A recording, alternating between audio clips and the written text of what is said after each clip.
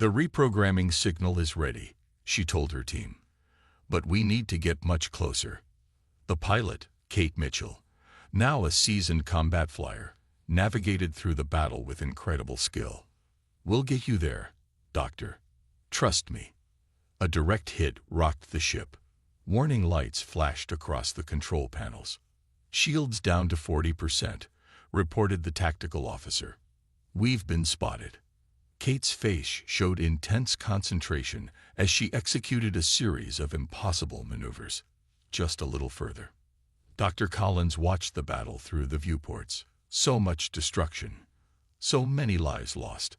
All because of a test created 50,000 years ago. We're in range, Kate announced finally. Collins nodded, initiating transmission. The signal, a complex mix of code that Howard's team had discovered, broadcast toward the control node. For several long moments, nothing happened. Then, one by one, the void-borne ships began to slow. Some stopped firing. Others changed course. It's working, Collins whispered. Across the battlefield, the void-borne fleet's movements became erratic, then ceased entirely. Their weapons powered down. Admiral, the communications officer called. We're receiving a transmission from the control node. It's different from any void-borne communication we've seen. On the screen appeared a symbol, a circle with lines radiating outward like a stylized sun. That's the ancient civilization's symbol for peace, said the xenolinguist on Carter's staff. I think they're standing down. In the days that followed, the true nature of the Voidborn was revealed. They had indeed been created as a test, to prepare the galaxy for a threat from beyond, something the ancient texts called the Void Walkers. This threat had destroyed their creators and might someday return. The reprogramming hadn't destroyed the Voidborn, but had returned them to their original purpose. Guardians, not destroyers. They would remain vigilant at the edges of known space, watching for the true enemy. 1 month later, representatives from all species gathered on Earth to sign the new Galactic Concord. The document acknowledged humanity's role as defenders of the galaxy and established a permanent defense force. Admiral Carter stood in the Great Hall, watching the delegates sign. A young Alturian cadet approached her. Admiral, the alien asked, now that peace has returned, will humans once again set aside their weapons? Return to being peaceful scholars and explorers? Carter smiled, thinking of the ancient warning about the Voidwalkers and the greater threats that might still lie beyond. We'll keep our ships ready, she said. We'll train our pilots and maintain our fleet, not because we love war, but because we love peace enough to defend it. She looked out at the gathered delegates, at the mixture of species now united in a new understanding. Peace isn't the absence of threats, she said quietly. It's the presence of guardians. Across the galaxy, human ships began new patrols. In schools, children learned both the arts of peace and the skills of defense. Museums displayed weapons alongside great works of art. Humanity had rediscovered its ancient role, not just as scholars, artists, and explorers, but as warriors when needed, protectors always. And if threats came again, as the ancient warning suggested they might, humanity would greet them with the same knowing smirk.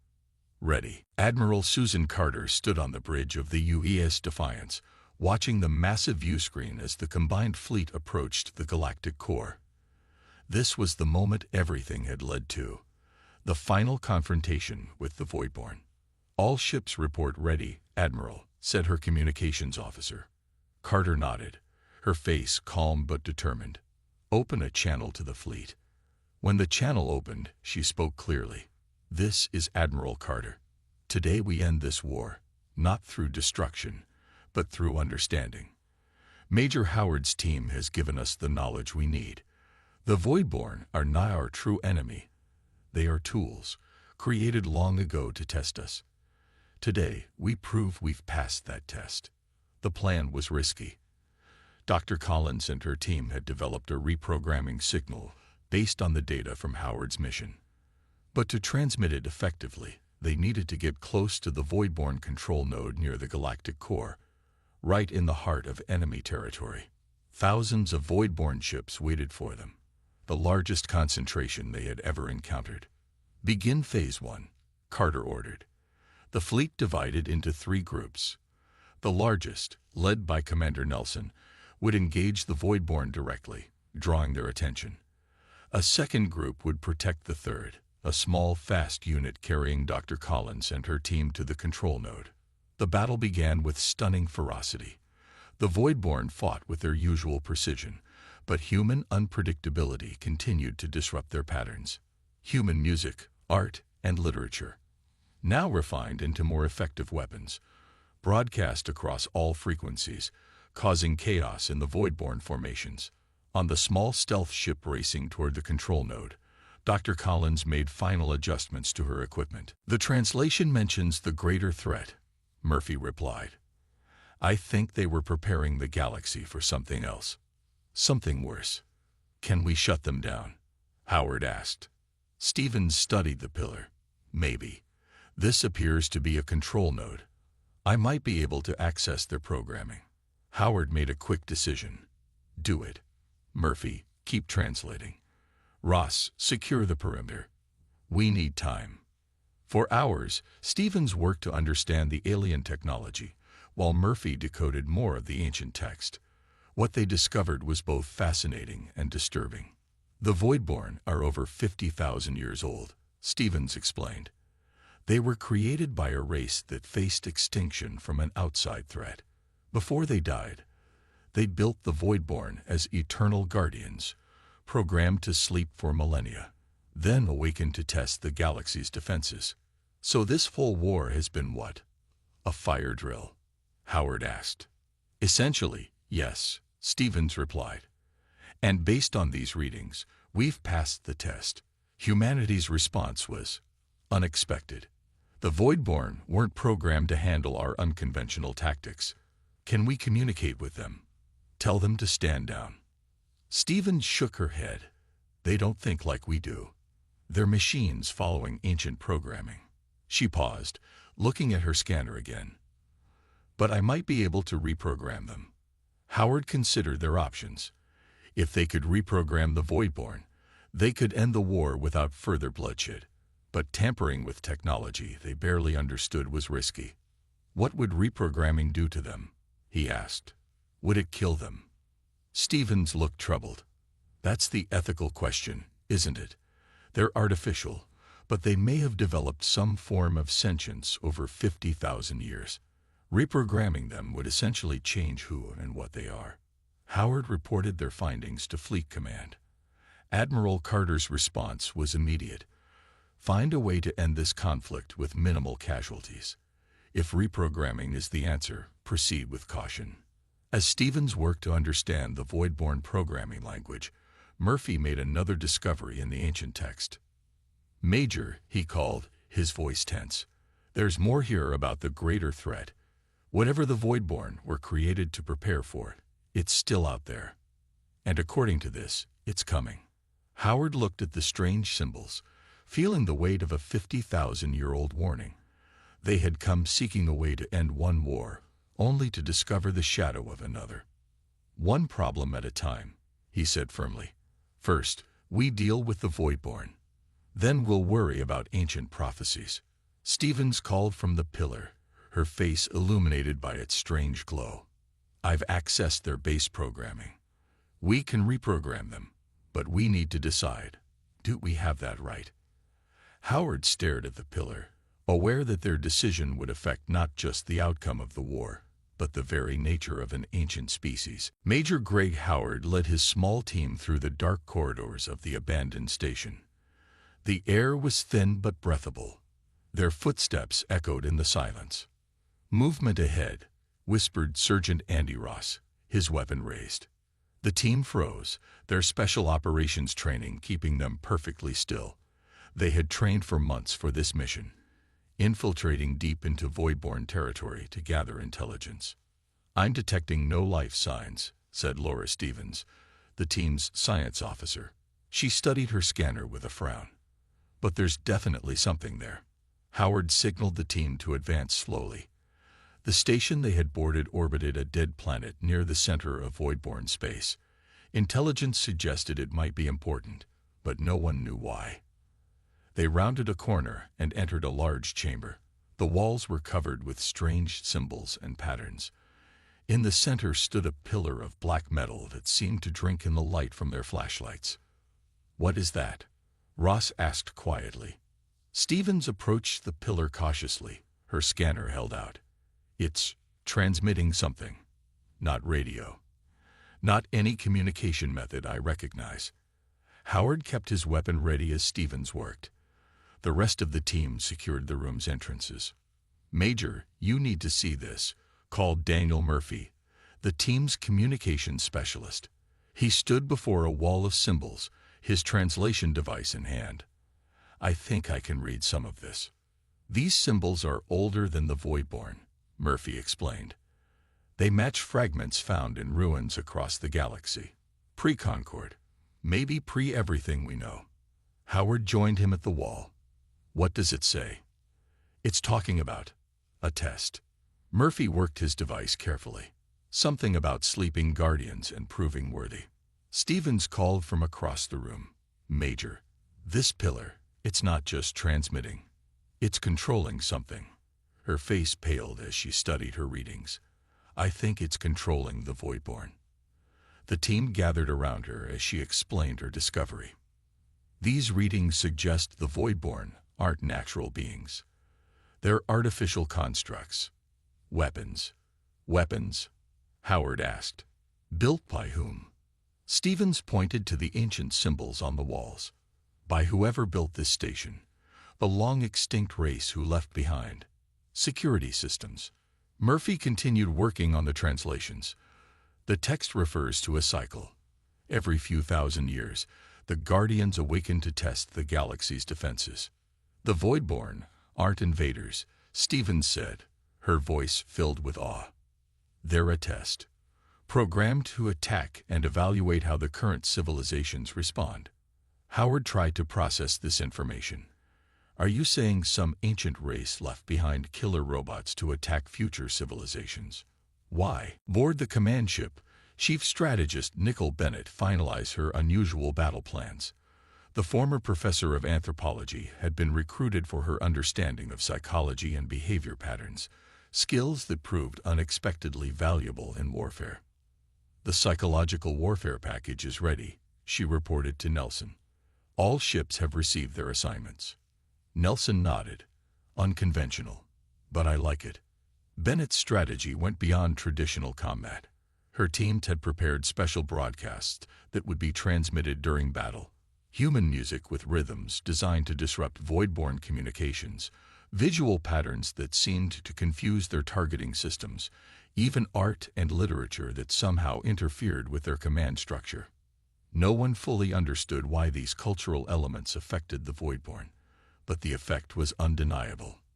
In test encounters, ships broadcasting human cultural works had a significantly higher survival rate. "First target is the Sirius outpost," Nelson announced. "Intelligence reports 15 Voidborn ships guarding the former human colony. We will retake it with minimal damage. The people there have suffered enough." The jump drives activated, and the massive fleet disappeared into hyperspace.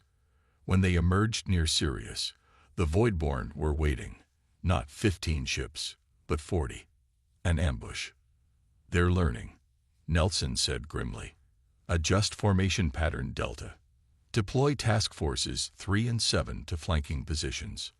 The battle began with a fury that would have shocked the peaceful galaxy of just 1 year ago. Weapons fire crisscrossed the darkness of space. Smaller fighters darted between capital ships. The Voidborn fought with their usual precision, but the human fleet moved unpredictably, changing tactics seemingly at random. "Activate Bennett's package," Nelson ordered when the fleets were fully engaged. Across the human vessels, transmitters began broadcasting the carefully designed psychological warfare signals. Human music, everything from classical symphonies to tribal drums to modern electronic compositions, poured into space alongside visual transmissions of artwork, dance performances, and mathematical patterns. The effect was almost immediate. The void-born formation faltered. Their firing patterns became erratic. Several ships actually began to retreat. "It's working," Bennett said, watching the tactical display. "They can't handle the cultural inputs." The battle turned quickly after that. Within hours, the Sirius outpost was back in human hands.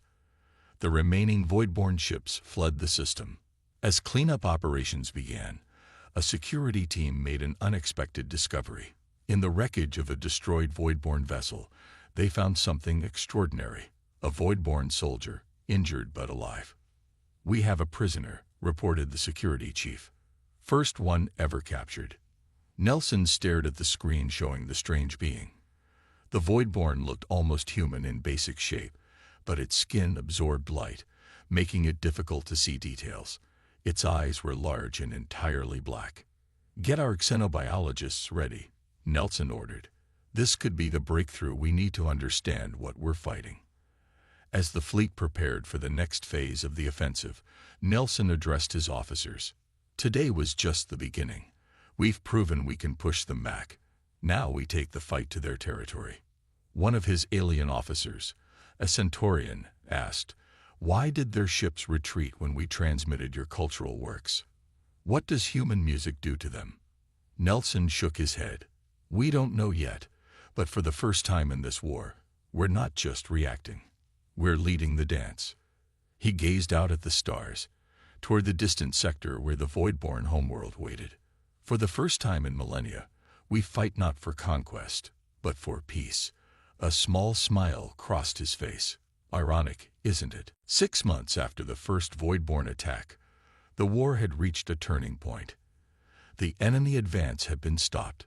Now humanity prepared to push back.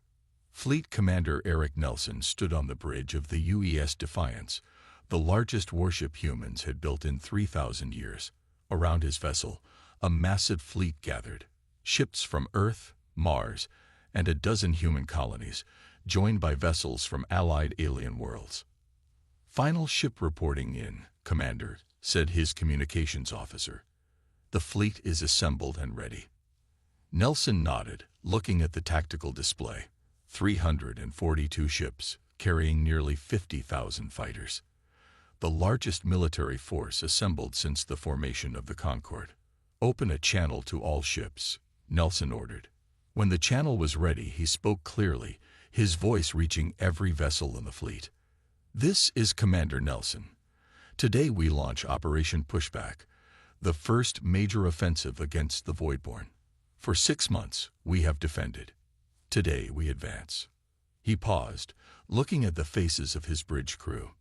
"Many of you have never seen war before this year. None of us wanted it. But the Voidborn brought war to our peaceful galaxy, and now we must end it.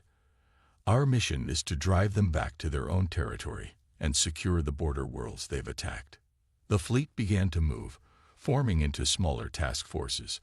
Unlike the rigid formations the Voidborn used, the human-led fleet organized in seemingly random groupings, a strategy designed by the tactical AI to confuse the pattern-seeking enemy. 3 weeks after the Battle of Arcturus, Samantha Cole sat in a darkened room at Earth Intelligence Headquarters.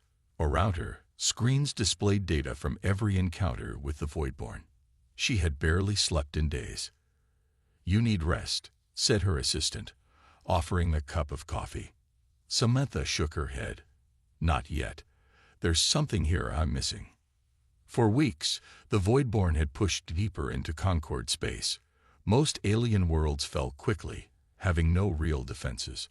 Only human colonies and a few allied systems managed to hold out. Samantha played the battle recordings again, watching the movements of the Voidborn ships. Her tired eyes narrowed. "Computer, show me the first 10 seconds of the Arcturus attack alongside the Proxima and New Montana attacks." The screens changed to show 3 battles side by side. Samantha leaned forward, watching intently as the Voidborn forces deployed. "There," she whispered. "Computer, freeze and highlight attack patterns." The images stopped, with colored lines showing the movement paths of the enemy ships. In each battle, the initial deployment was nearly identical. "They're using the same opening moves," Samantha said, "every single time." She worked quickly, pulling up more battle data. The pattern continued. The Voidborn always fought the same way, making adjustments only when their initial strategy failed. Even then, their adaptations followed strict patterns. "They fight by the book," she murmured. "But whose book?" Samantha grabbed her tablet and rushed from the room. This was information Admiral Carter needed immediately. In the main fleet headquarters, Admiral Carter studied the data Samantha had brought her. "You're certain of this?" Carter asked. "Yes, Admiral. They follow patterns. Even when they adapt, they do so in predictable ways. It's like they're programmed." Carter's eyes lit up. "And humans are anything but predictable." She tapped her comm unit. "Get me the tactical eye. We need to design a new battle plan based on Intelligence Officer Cole's findings." Across the room, weapons designer Paul Martinez cleared his throat. "Admiral, this could be the perfect application for Project Prometheus." Carter turned to him. "The adaptive weapon system. I thought it wasn't ready. The core technology works. We've been perfecting it.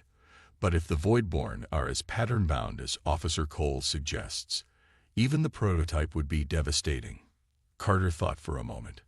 "How soon can you have a working model?" 48 hours, Martine said confidently. "You have 24, Carter replied. In the Galactic Council chambers, the emergency session had been running for days. Ambassador Peterson listened patiently as species after species detailed the destruction of their worlds. "The Voidborn have destroyed 17 Sen colonies," the insect ambassador reported, his voice clicking with distress. "We have no means to stop them." "The Alturian defensive fleet was destroyed in minutes," added another representative. "We must consider surrender as a species." The bridge crew exchanged small smiles. Chaos One was aptly named, a battle plan that relied on confusion, unpredictability, and the human talent for adaptation. 3 minutes to contact. Miller watched the enemy ships spreading into a perfect formation around the planet. Too perfect, too predictable. "Communications, send a standard warning to the Voidborn fleet. Tell them this system is under human protection, and they must withdraw immediately." His communications officer sent the message, knowing it would be ignored. The Voidborn had never responded to any communication. "No response, Captain." "I didn't expect one." "Battle plan Chaos One. Execute now." The human fleet erupted from behind the moon, but not in formation. Each ship chose its own vector, its own target. Some accelerated to attack speed. Others drifted at low power to avoid detection. 2 smaller vessels actually shut down all systems except life support, appearing dead in space. The Voidborn fleet's perfect formation faltered as they tried to respond to the seemingly random human attack. On the space station orbiting Arcturus IV, Commander Lisa Jones coordinated the evacuation of civilians. The station shook as a stray shot from the battle hit one of the outer sections. "Get those people to the shelters," she ordered calmly. "Prepare to detach emergency modules if needed." An aide approached her. "Commander, the last transport is loaded, but we still have 200 people who won't fit." Jones nodded. "I'll stay with them. Get that transport away now." As the last civilian ship departed, Jones gathered the remaining station staff and civilians in the command center. "I won't lie to you," she said. "We're in a dangerous position, but Captain Miller's fleet is fighting to give us time." A young man raised his hand. "Can we help somehow, instead of just waiting?" Jones looked at him thoughtfully. "Actually, yes. Our communications array might be useful." She turned to her communications officer. "Can we broadcast on all frequencies? Create signal interference?" The officer nodded slowly. "We could generate a lot of noise. It might confuse their targeting systems." "Do it," Jones ordered. "Let's make ourselves useful." In space, the battle rage. The human fleet fought with unexpected tactics. Ships would suddenly change course mid-attack. Sometimes, they would power down weapons only to fire from an unexpected angle seconds later. 2 ships would seem to retreat, drawing voidborne vessels into an ambush by a third. On the Defender, Miller received damage reports from across his fleet. "We've lost the Valiant and the Guardian. The Resolve is badly damaged, but still fighting." Miller nodded grimly. "And the enemy?" "11 of their ships confirmed destroyed. Several others damaged. Better than expected, but not enough. They were still outnumbered." "New contacts," called the sensor officer suddenly, coming in from the edge of the system. Miller's heart sank. More voidborne reinforcements. "Identification coming through," the officer continued, his voice rising with excitement. "Captain, it's ours. The inevitable response, and 3 other new ships from Earth." A cheer went up from the bridge crew as the sleek new warships joined the battle, their advanced weapons cutting through the voidborne vessels with frightening efficiency. Hours later, Miller stood on his damaged bridge, surveying the tactical display showing the remains of the voidborne fleet retreating from the system. "We lost 7 ships," his first officer reported solemnly. "The station is damaged but intact. All civilians successfully evacuated." Miller nodded, his face showing the weight of those losses. "And the enemy?" 22 ships destroyed. The rest are withdrawing." Miller looked out at the stars, thinking of the crews who had died today. The first human combat deaths in millennia. "Send word to Earth Command. Tell them this was round 1. His lips formed a grim smile. "Let's see what they've learned." Captain Ryan Miller stood on the bridge of the UES Defender, watching the tactical display as the voidborne fleet approached the Arcturus system. His face showed no fear, only concentration. "Enemy ships will be in range in 5 minutes, Captain," reported his first officer. Miller nodded. "Status of our forces." 27 ships in position. The voidborne have 43 vessels that we can detect. The odds weren't good. This would be the first major battle between human forces and the invaders. The voidborne had attacked smaller outposts and colonies until now, avoiding direct confrontation with the rapidly assembling human fleet. "All ships maintain position behind the moon," Miller ordered. "Weapons hot, but do not fire until my command." The plan was simple but unorthodox. Standard military doctrine would have the fleet spread out to prevent being targeted all at once. Instead, Miller had concentrated his ships, hiding them in the shadow of Arcturus Ivy's largest moon. "Enemy fleet is dividing," reported the sensor officer. "They're spreading out to surround the planet." Miller smiled slightly. "They're following standard attack patterns, just as Admiral Carter predicted." The voidborne had shown themselves to be creatures of order and patterns. They fought methodically, by the book, but humans had thrown away the book long ago. "All ships prepare to execute Battle Plan Chaos 1 on my mark," Miller said into the fleet comm. "Remember your training. Improvise if needed." The room fell silent. In orbit around Jupiter, pilot Kate Mitchell climbed into the cockpit of a real fighter for the first time. The simulator had prepared her well. But this was different. This was real. "Ready for your first flight, Lieutenant?" asked the flight controller. Kate nodded, feeling strangely calm. "Ready." The small fighter detached from the station, and Kate felt the thrusters engage. The ship responded to her touch like it was part of her body. "Beautiful," she whispered as she put the craft through a series of increasingly complex maneuvers. "Mitchell, you're showing exceptional aptitude," the controller noted. "Your scores are matching veteran pilots." Kate didn't reply. She was too focused on the feeling of rightness that came with flying the combat vessel. Humans had been explorers and warriors among the stars before the Concorde. Something of that heritage remained in their blood. Meanwhile, in a secure room on Earth, a team of technicians worked around an ancient computer system. "System activation complete," announced the lead tech. "Combat Tactical AI is online." A holographic display appeared above the central console, showing a pulsing blue light. "Hello," said a calm, feminine voice. It has been 2,713 years since my last activation. Has war returned? Yes, replied Admiral Carter, who stood watching from the doorway. We need your help. I am designed to assist in tactical planning and strategic warfare, the AI responded. Parameters of current conflict. As Carter explained the situation, the AI processed the information at incredible speed. Interesting, it said finally. Based on attack patterns, this enemy expects conventional responses. They do not understand human warfare. What do you suggest? Carter asked. Unconventional response. Asymmetric tactics. The unexpected. The AI's light pulsed brighter. Humans have always excelled at surprising their enemies. In orbit around Saturn, the first new human warship slid from its construction cradle. Its sleek hull gleamed in the distant sunlight as the final systems came online. Alan Garcia watched from the control room with pride and a touch of sadness. Name registry? Asked the dock controller. UEA's inevitable response, Alan replied. The first of many. The ship's engines flared to life, days ahead of schedule, ready to join the growing human fleet, ready to remind the galaxy that peace was humanity's choice, not their Alan Garcia hadn't been to the Titan shipyards in 20 years.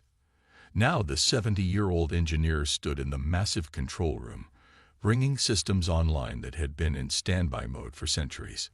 Never thought I'd see this place active again, he said to his young assistant. Were you here during the last conflict? The assistant asked carefully. Alain shook his head. No, the last real war ended before the Concorde, but we always kept these facilities ready. Just in case. Lights flickered across the huge chamber as ancient machinery hummed to life.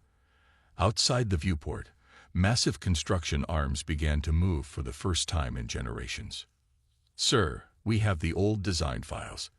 Which model should we start with? Alain pulled up the files on his screen. None of these. Get me secure link to Earth Command. I need to speak with Dr. Collins. On Earth, Dr. Diane Collins stood before a vault door deep underground. 6 armed guards stood at attention as she pressed her hand to the scanner. Access granted, announced the computer system. The massive door swung open slowly, revealing a dark chamber beyond. Lights, Collins ordered, and the room illuminated to reveal rows of data storage units. What is this place? Asked her young colleague, Dr. Ray Martinez. The arsenal, Collins replied. Every weapon design deemed too dangerous for a peaceful galaxy. The ones we agreed never to build as part of joining the Concorde. Martinez looked shocked, but I thought these were destroyed. Collins shook her head. Humanity never destroys knowledge. Ray, we just lock it away until it's needed. She approached the main terminal and entered a complex series of codes. The screen came to life, displaying weapon designs that made Martinez's eyes widen. These are? Yes, Collins said. Now we need to decide which ones to build first. In the diplomatic wing of Earth Central Command, Ambassador Peterson met with representatives from 12 alien species. We need 2 more weeks, Peterson explained calmly. Our fleet will be ready to provide protection to all Concorde worlds in our sector by then. 2 weeks. The 10 representatives' antennae twitched nervously. The Voidborn could destroy 10 more colonies by then, which is why we're asking your people to evacuate border worlds immediately, Peterson replied. We can provide transport ships. This is outrageous, said the Alturian diplomat. Humans speak of defense while activating weapon factories that violate the spirit of the Concorde. Peterson's face remained calm. The Concorde Charter, Section 7, Paragraph 12 specifically allows for defense preparations in case of unprovoked attack. We are within our rights. But these weapons you're building will save your worlds as well as ours, Peterson finished, unless you prefer to negotiate with the Voidborn, who have yet to respond to any communication attempts. Sure, across human space, people who had lived their entire lives in peace now found themselves preparing for war. But strangely, there was little panic. Instead, there was a grim efficiency, as if humans had been waiting for this moment. In the orbital station above Mars, pilot Kate Mitchell sat in a simulator, running combat drills. Her hands moved over the controls with surprising skill for someone who had never flown in actual combat. "That's your 5th perfect run," her instructor said with approval. "You've got a natural talent." Kate smiled. "It feels familiar somehow, like I'd done this before." "Genetic memory, some call it," the grizzled instructor said. "Humans were warriors once. Maybe we never really stopped being warriors." In the observation room, an Alturian diplomat watched with growing concern as dozens of human pilots ran through simulations, improving with each attempt. "They are adapting so quickly," he said to his human guide. Yesterday, most of them had never considered combat flying. "Humans are good at learning," the guide replied. "But they seem to be enjoying it," the Alturian said, noting the smiles and occasional laughter from the pilots. On New Montana, Frank's militia had somehow held their position for 6 hours. Reinforcements were still 8 hours away. His team was down to 11, with low ammunition and several wounded. "Another wave coming," Kelly warned, her face streaked with dirt and blood from a cut above her eye. Frank reloaded his last clip. "We hold until help arrives, no matter what." A voice crackled over their emergency comm system. "Militia force, this is Voidborn Command. Your position is surrounded. Surrender now or be destroyed." It was the first time the enemy had communicated. Frank looked at his remaining fighters, then keyed the comm. "This is Acting Commander Pearson. We respectfully decline your offer." There was a pause before the reply came. "You cannot win. Why do you continue to resist?" Frank smiled, a grim expression that would have seemed out of place on his face just days ago. "Because we're human." On the Voidborn command ship, the leader puzzled over intercepted human communications. Something was wrong. The humans were supposed to be peaceful, soft, unprepared. So why were they laughing? The ground shook as another blast hit near the colony center. Frank Pearson wiped dust from his eyes and checked his old rifle again. New Montana was burning. "Hold the line," he shouted to the 20 men and women crouched behind the makeshift barriers. Most had never fired a weapon before yesterday. Now they were all that stood between the Voidborn troops and 3,000 civilians hiding in the underground shelters. "They're coming again," called a young woman named Kelly. She pointed at the dark shapes moving through the smoke. "Remember your training," Frank said calmly, though these people had no real training, just the emergency drills that every human colony practiced twice a year. Drills that the other species of the Concord had long ago abandoned as unnecessary. Frank had always wondered why humans kept practicing for a war that would never come. Now he knew. "Wait until they're closer," he instructed. "Aim for the center mass." The Voidborn moved like shadows in human form. Each stood nearly 7 feet tall with skin that seemed to absorb light. Their weapons fired beams of pulsing energy that cut through the colony's buildings like they were made of paper. Frank closed his eyes for a moment, remembering his grandfather's stories.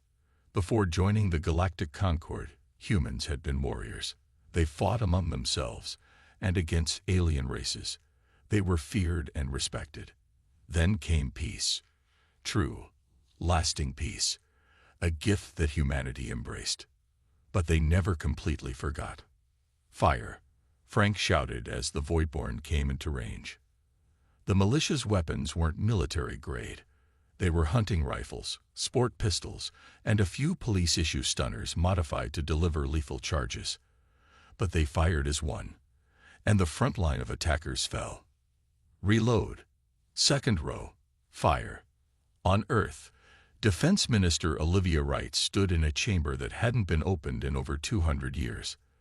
Lights flickered on automatically, revealing rows of manufacturing equipment. "How long to get this running?" she asked the engineer beside her. "The systems are in standby, not shut down," he replied. "We can have production of basic arms in 12 hours. Warship components will take longer, maybe a week." Wright nodded. "Do it. I want every facility like this across the system activated. Her aide looked nervous. Minister, some council members are protesting. They say this breaks the spirit of the Concord. Wright's face hardened. The Voidborn broke the Concord when they attacked without provocation. Tell the Council that Earth appreciates their concern but will proceed with defending human space.